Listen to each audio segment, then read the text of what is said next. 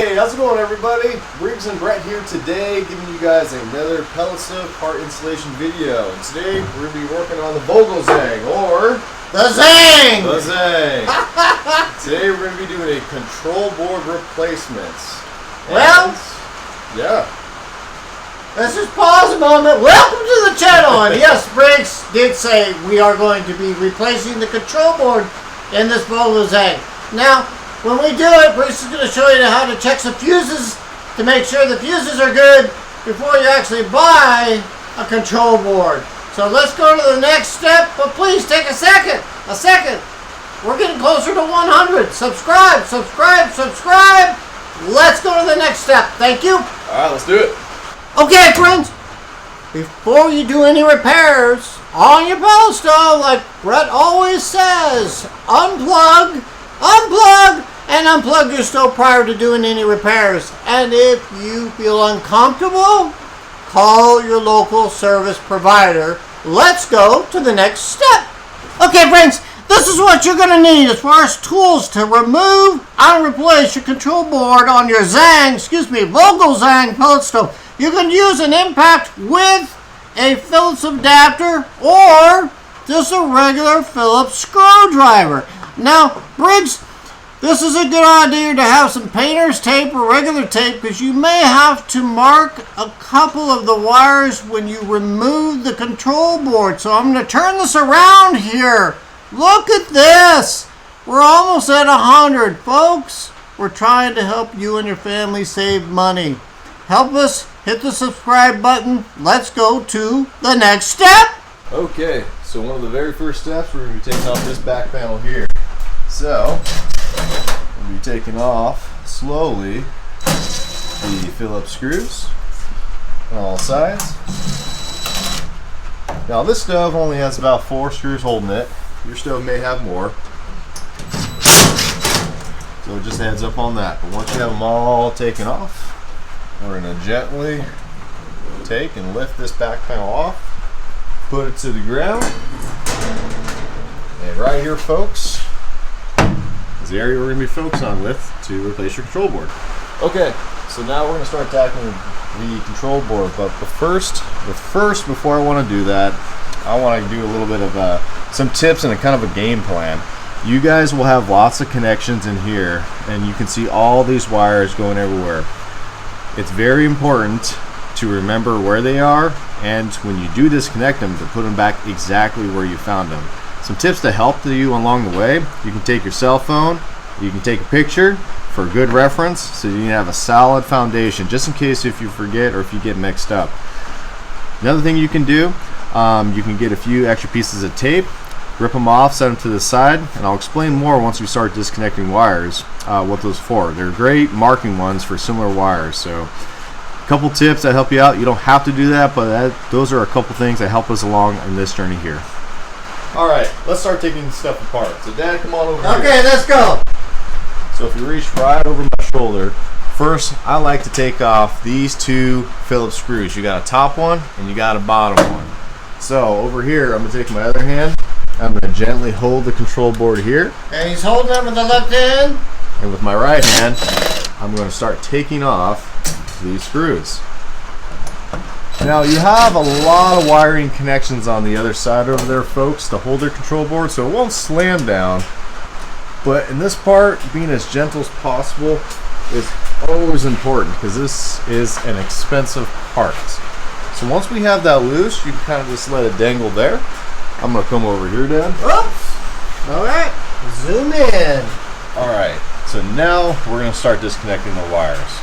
So support the board with one hand, and we're going to work from the top down. The first wire we're going to do is this one right here.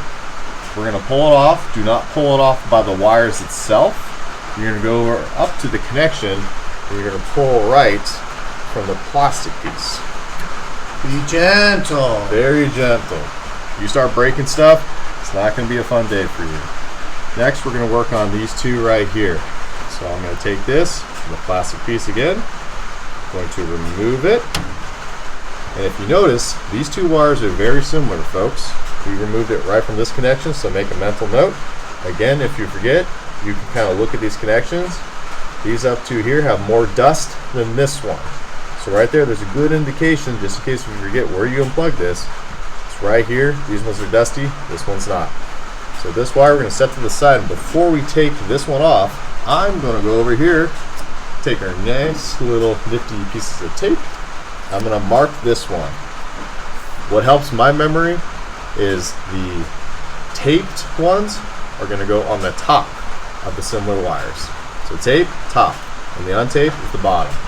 So right here, we're going to do the second similar wire. We're going to disconnect. We're going to set it to the side.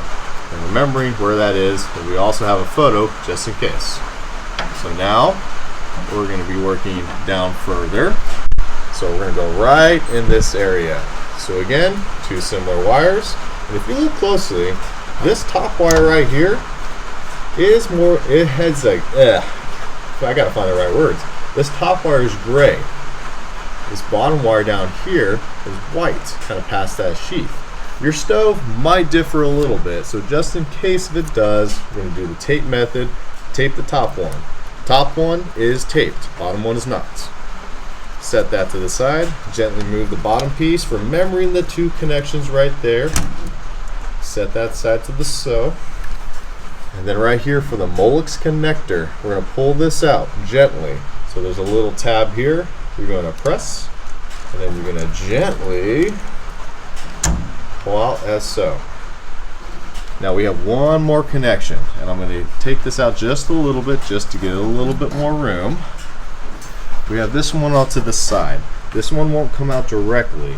You'll have to do a little bit of a press in there. It's right there, kind of like just the Molex connector we just did. And Dad, if you don't mind, I'm going to squeeze in here. I'm going to press it with my nail right there. I'm going to gently take it out as so. And right here, guys, this is your whole control board taken out. And you're ready to replace with a new one. Good golly! You finally got this out of this Vogelzang! Look at this ginormous board! Well, here it is! A double wafer. It is what it is. Well, before you put in a new board or you buy another one, check out the back of this Hummer. There's 1, 2, 3, 4, 5 fuses. Check each fuse. If one is blown, obviously replace it. Go to your auto parts store, your Ace store, find a store, and replace it and see if it makes a difference. If it doesn't make a difference, then you'll probably have to order another control board. Another thing that you can look for, it's kind of hard on a double wafer, is you look on some different components, and sometimes you can see burnt marks on different components. If you see burnt marks, time to buy a new one. And last, it's the best method, is I smell the control board. If it smells like something is burnt on this control board, it's a good indication that it's time to buy a new one. So, we're going on to the next step. Briggs is going to show you how to put this Hummer back in this Zang. Let's do it! Alright guys, let's put your new control board in. Come on in, Dad. There we go. So, we're essentially just going to be working back here, Sky. So right over here, we're going to be focusing on putting this wire back since this is the last one we took out. And we're going to nicely put it in as so. There's a little subtle snap there, which is good. That wire can only go in one way, so that one's checked off our list. So I'm going to reorient this board back into here and ready for the rest of the wires to be reconnected. Going right for this Molex connector, guys. Placing it so. Wait for the little bit of snap right there, and that one's golden. We're going to work on these two wires over here. We're going to connect it, put it on as so. And we're going to go over here, connect the top one, and make sure it goes right down the middle there. Always triple check, double check, however many times it works, and place it in as so. And we're going to keep working up the top. Put this guy as so right here. Oh, I can't see it. Twist the board a little bit. You see it now? Yeah. We're going to place this guy right here. And then the tape one always goes on the top, right back up here. So when you say the taped one is what? It's the top one. So you got the blue tape that goes on the top. Mm-hmm. That's a good method. I like it. Yep. So, and right there, we have almost all of them. Don't forget about this sneaky one. This one will go right here. And be careful of those prongs that are sticking out. Finesse! Finesse! So, we're going to go over here. Keep going. That's good. Right in the fronts. Just keep the flow. So you have your left hand holding the board inside. Yep. And then in the front here, you're taking the screws by hand and just setting them gently. Yep. Just setting them nicely. I have my screwdriver ready. And you don't have to over tighten these, folks. Just gently place it in. Or again, you could just a regular screwdriver. Phillips will work if you don't have a power one. And so you have your wires reconnected, you have your control board secured to the stove, and we're gonna come back here and we are going to double check all the connections. If you miss a connection or if you put it in the wrong place, your stove is not going to work right. So again, for what we took off, right here, we put this side connection back on, we put the main Molex connector on, the two side ones we have of the next to the Molex connector. And then over here, these top two back on the left side, up on the top. And then finally, the white wire right here that went on the longer metal prongs. And again, the tape ones are on the top. So we're good right there. And there you go, folks. Your control board's in. And you know, for one little thing, you can, after it's all connected, remove the tape if you choose so. As long as the tape isn't really touching a lot of the metal stuff, or it's not really going to the higher heat parts of the stove, you should be fine. But if you're anything like me, I like taking them off just to keep things clean, nice, organized, and safe. That's it, guys. Thank you for watching our video. We appreciate the support.